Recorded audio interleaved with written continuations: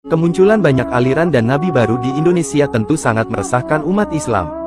Pasalnya, ajaran mereka sangat beragam dan memiliki ritual-ritual yang sangat aneh dan jauh berbeda dengan syariat Islam pada umumnya.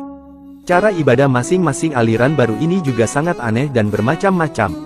Mereka ada yang beribadah dengan cara bergoyang-goyang, menari di kuburan, melompat-lompat, memuja-muja foto, hingga melakukan gerakan zikir-zikir yang bervariasi. Yang menghebohkan lagi, banyak orang-orang Indonesia yang berani secara terang-terangan mengaku sebagai nabi dan utusan Allah. Hampir setiap tahun pasti ada saja orang Indonesia yang mengaku-ngaku dirinya sebagai nabi dan rasul. Padahal dalam ajaran Islam, Nabi Muhammadlah yang menjadi nabi terakhir dan menjadi penutup para nabi dan rasul. Setelah beliau, Allah Subhanahu wa Ta'ala tidak lagi mengutus nabi dan rasul baru hingga hari kiamat. Banyaknya kemunculan para nabi kadzab di Indonesia tentu menimbulkan keresahan besar di kalangan umat Islam Indonesia. Pasalnya, tidak sedikit orang-orang awam dan lemah imannya terjerumus menjadi pengikut para nabi-nabi palsu itu. Pemerintah Indonesia dan Majelis Ulama Indonesia sering sekali mendapati kasus kemunculan nabi dan ajaran baru di Indonesia. Profesor Al-Makin dari Universitas Islam Negeri Sunan Kalijaga menjelaskan, bahwa sudah ada sekitar 600 orang di Indonesia yang mengaku nabi sejak zaman penjajahan Belanda hingga sekarang. Kemunculan orang-orang yang mengaku nabi sering kali terjadi saat situasi politik dan ekonomi di Indonesia tidak menentu. Kemunculan nabi-nabi palsu sering kali merupakan upaya mencari jawaban atas ketidakpuasan sosial dengan pendekatan Islam dan Kristen yang sudah dikenal sebelumnya. Meski Indonesia memiliki tradisi keberagaman budaya dan agama, suhu perpolitikan dan gerakan konservatif telah menyeret orang-orang yang mengaku nabi ke urusan hukum. Kemunculan orang yang mengaku nabi di Indonesia ini bukanlah sebuah hal baru, karena hal ini juga sudah banyak terjadi setelah wafatnya Nabi Muhammad SAW. Di antara orang-orang yang pernah mengaku nabi setelah wafatnya Nabi Muhammad, yaitu Musailamah Al-Kadzab, Al-Aswad Al-Ansi, Muhtar bin Abi, Ubaid As-Sakofi, Haris bin Said Al-Kadzab, dan masih banyak lainnya. Sedangkan, orang-orang Indonesia yang pernah mengaku-ngaku sebagai nabi dan rasul adalah sebagai berikut. Nabi palsu yang pertama, adalah Mustofa NR. Pada bulan Mei tahun 2023, publik digegerkan dengan pengakuan seorang pria yang mengaku nabi baru. Pria itu adalah warga desa Sukajaya Pesawaran Lampung. Ia mengaku telah mendapat wahyu dan diangkat nabi oleh Allah Subhanahu wa Ta'ala. Ia juga sempat mengadakan hajatan dan mengundang tetangganya untuk syukuran atas diangkatnya dia sebagai nabi. Namun sayangnya, banyak tetangga yang tidak mempercayainya. Demi agar status nabinya diakui, pada tanggal 2 Mei tahun 2023, Mustofa lantas mendatangi dan menyerang kantor Majelis Ulama Indonesia. Karena membahayakan, Mustofa NR akhirnya berhasil ditangkap oleh polisi. Namun anehnya, saat diamankan tiba-tiba Mustofa meninggal dunia secara mendadak. Kemungkinan Mustofa meninggal karena sebab penyakit asma yang dideritanya. Nabi palsu yang kedua, adalah Hendra Sugianto. Ia adalah seorang pria penjual cilok asal Tegal, Jawa Tengah. Pada tahun 2022, ia dengan beraninya mengaku-ngaku sebagai nabi baru dan utusan Tuhan. Pernyataan itu sontak meresahkan warga lantaran adanya kekhawatiran munculnya ajaran sesat. Setelah viral, warga beserta tokoh agama di Kelurahan Kejambon Kecamatan Tegal Timur Kota Tegal lantas mendatangi rumah Hendra. Warga mendesak agar Hendra meminta maaf dan kembali ke ajaran yang benar dan tidak sesat. Setelah diberi pembinaan oleh pihak-pihak yang terkait, akhirnya Hendra bersedia bertaubat dan meminta maaf. Nabi palsu yang ketiga, adalah Joseph Paul Zhang. Pada tahun 2021, publik digegerkan dengan pernyataan seorang pria yang bernama Joseph Paul Zhang yang mengaku nabi ke-26. Pria ini bernama Cindy Paul Surjomulyono. Sebelumnya, Joseph mengaku sebagai nabi ke-26 melalui kanal YouTube pribadinya. Dia bahkan menantang siapa saja yang berani melaporkan dirinya ke polisi. Aksi Joseph yang viral dalam forum diskusi via Zoom tersebut itu pun berujung pada laporan ke Bareskrim Polri. Husin Syahab lantas melaporkan Joseph atas dugaan penistaan agama. Akhirnya, Joseph lantas ditetapkan sebagai tersangka. Namun sayangnya, Joseph diketahui telah kabur dari Indonesia sejak Januari tahun 2018. Kini pihak berwajib telah melakukan pemburuan dan menetapkan tersangka sebagai daftar pencarian orang. Nabi palsu yang keempat, adalah Paruru Daeng Tau. Pada tanggal 15 Januari tahun 2020, polisi berhasil menjadikan seorang pria bernama Paruru Daeng Tau menjadi tersangka. Pasalnya, sebelumnya dia telah menyatakan diri sebagai nabi terakhir. Pria asal Kabupaten Goa, Sulawesi Selatan ini sebelumnya telah mengajarkan ajaran sesat di tengah-tengah masyarakat di Tanah Toraja.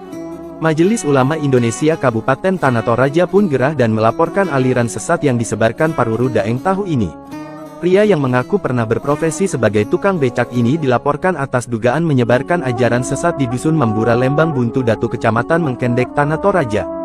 Selain mengaku sebagai nabi, Paruru Daeng juga mengajarkan beberapa aliran sesat.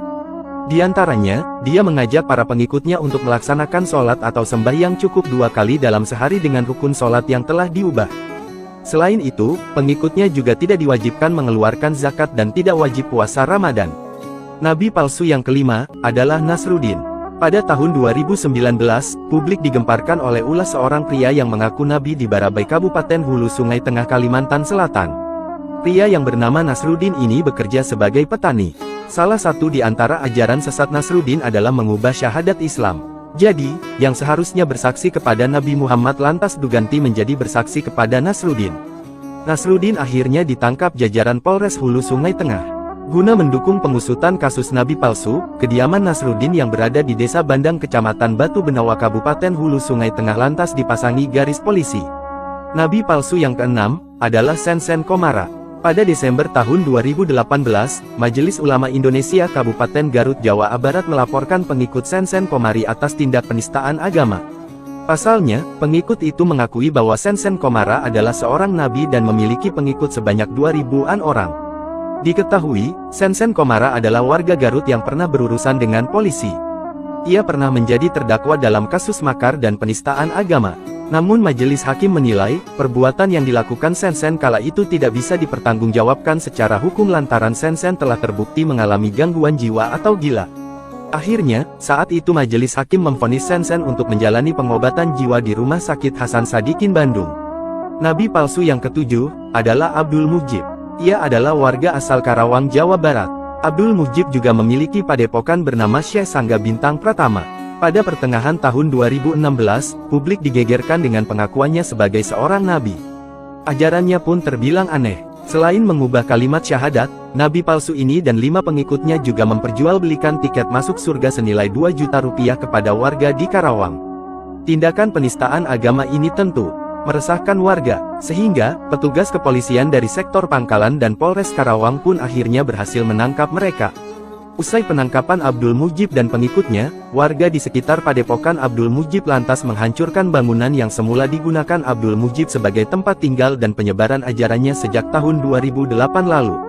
Nabi palsu yang ke-8, adalah Sri Hartatik. Ia adalah warga asal Pekalongan, Jawa Tengah. Ibu dari 4 orang anak ini mengklaim bahwa dirinya telah mendapatkan wahyu dari malaikat Jibril. Ajaran yang dilakukan Sri Hartatik juga sangat aneh. Wanita yang sekaligus guru PNS ini menjalankan ibadah sholat dengan menghadap ke arah timur.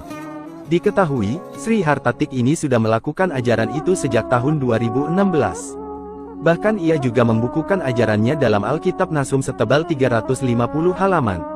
Melihat penyimpangan yang ada, pihak kepolisian dan pihak terkait lantas mengamankan wanita ini. Syukurnya, Sri Hartatik akhirnya mau bersedia bertaubat dan bersyahadat kembali. Nabi palsu ke-9, adalah Ashriyanti Samuda. Ashriyanti Samuda mengutuskan dirinya sebagai nabi yang bermukim di Kepulauan Sula, Maluku. Ia menerbitkan buku ajaran sesatnya untuk dibagi-bagikan kepada masyarakat lokal. Ia juga pernah menuliskan sabdanya tentang pemilu 2014 dalam buku berjudul Pemimpin yang Diutus Cahaya dari Indonesia Timur for Presiden Republik Indonesia 2014. Nabi palsu yang ke-10, adalah Sutarmin. Diketahui, ia adalah sosok yang mengklaim dirinya sebagai kepercayaan Tuhan yang datang dari lereng Gunung Lawu pada tahun 2013. Guru agama bernama Sutarmin tersebut masih satu bagian dengan ajaran menyimpang milik Rohmat asal Karanganyar. Ia mengganti nama Nabi Muhammad dengan nama Rohmat di dalam syahadatnya. Nabi palsu ke-11, adalah Gus Jari bin Supardi. Pria bernama asli Raden Aryo dari Jombang, Jawa Timur ini mengaku mendapat bisikan gaib mengenai wahyu akhir zaman. Ia menyebut dirinya sebagai Nabi Isa Habibullah yang memiliki 100 orang pengikut. Pria yang juga disapa sebagai Gus Jari ini mengatakan bahwa wahyu yang diterimanya sudah ada sejak 2004, ketika ia masih belajar di sebuah pondok pesantren di Mojokerto, Jawa Timur. Nabi palsu yang ke-12, adalah Dedi Mulyana. Dedi Mulyana atau dikenal dengan nama Eyang Endet, ia berasal dari Banten dan mengaku memperoleh wangsit setelah bermusyawarah dengan jin laut. Ia juga mengaku sebagai nabi. Uniknya, ia mampu merekrut pengikut dengan syarat membayar uang pendaftaran sebesar 5 juta rupiah. Namun sayangnya, pada Juni tahun 2005 ia berhasil dibekuk petugas kepolisian di Lampung. Selain itu, ada nama-nama nabi palsu lainnya yang pernah menggegerkan umat Islam di Indonesia. Di antara adalah, Rohmat dan Parmin asal Karanganyar, Jawa Tengah, Ahmad Musadek asal Bogor, Zikrullah asal Bangdai, Sulawesi Tengah, Lia Eden asal Jakarta Pusat, Cecep Solihin asal Bandung, dan masih banyak lainnya. Seperti yang dikemukakan di awal, bahwa dari zaman penjajahan sampai sekarang ini tercatat sudah ada lebih dari 600 orang Indonesia yang pernah mengaku nabi dan rasul. Fenomena kemunculan para nabi palsu di akhir zaman ini sebenarnya sudah pernah disabdakan oleh Nabi Muhammad SAW. Nabi bersabda, "Sesungguhnya, akan ada 30 orang pendusta di tengah umatku. Mereka semua mengaku nabi, padahal, aku adalah penutup para nabi, tidak ada nabi sesudahku." Hadis riwayat Abu Dawud. Setelah Nabi Muhammad wafat, sabda beliau itu lantas menjadi kenyataan. Ada banyak orang-orang yang mengaku-ngaku sebagai nabi dan rasul. Fakta sabda nabi ini pun bisa kita lihat di negara Indonesia ini. Hampir setiap tahunnya pasti ada nabi-nabi baru yang muncul dengan ajaran anehnya. Maka, untuk menghindari pengaruh ajaran baru yang menyimpang, marilah kita senantiasa menguatkan imam dan berpegang teguh terhadap ajaran Al-Quran dan sunnah Nabi Muhammad SAW. Menurut kalian, apakah masih ada nama aliran dan nabi baru di Indonesia? Coba beritahu kami di bawah ya. Semoga kita semua diselamatkan dari fitnah dan ajaran menyimpang di akhir zaman ini, amin.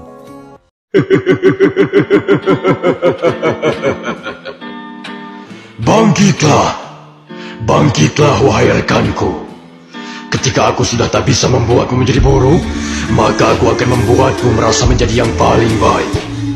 Tunjukkanlah ketamakan, tunjukkanlah kesombongan. Dengan begitu, kau akan menjadi bagian dari kaumku, penghuni neraka yang abadi.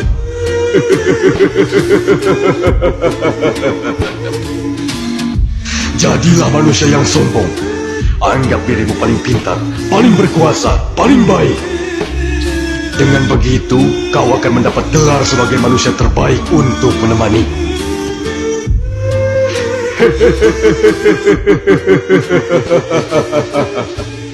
Begitu mudahnya mempengaruhi manusia di zaman ini. Dasar para makhluk munafik.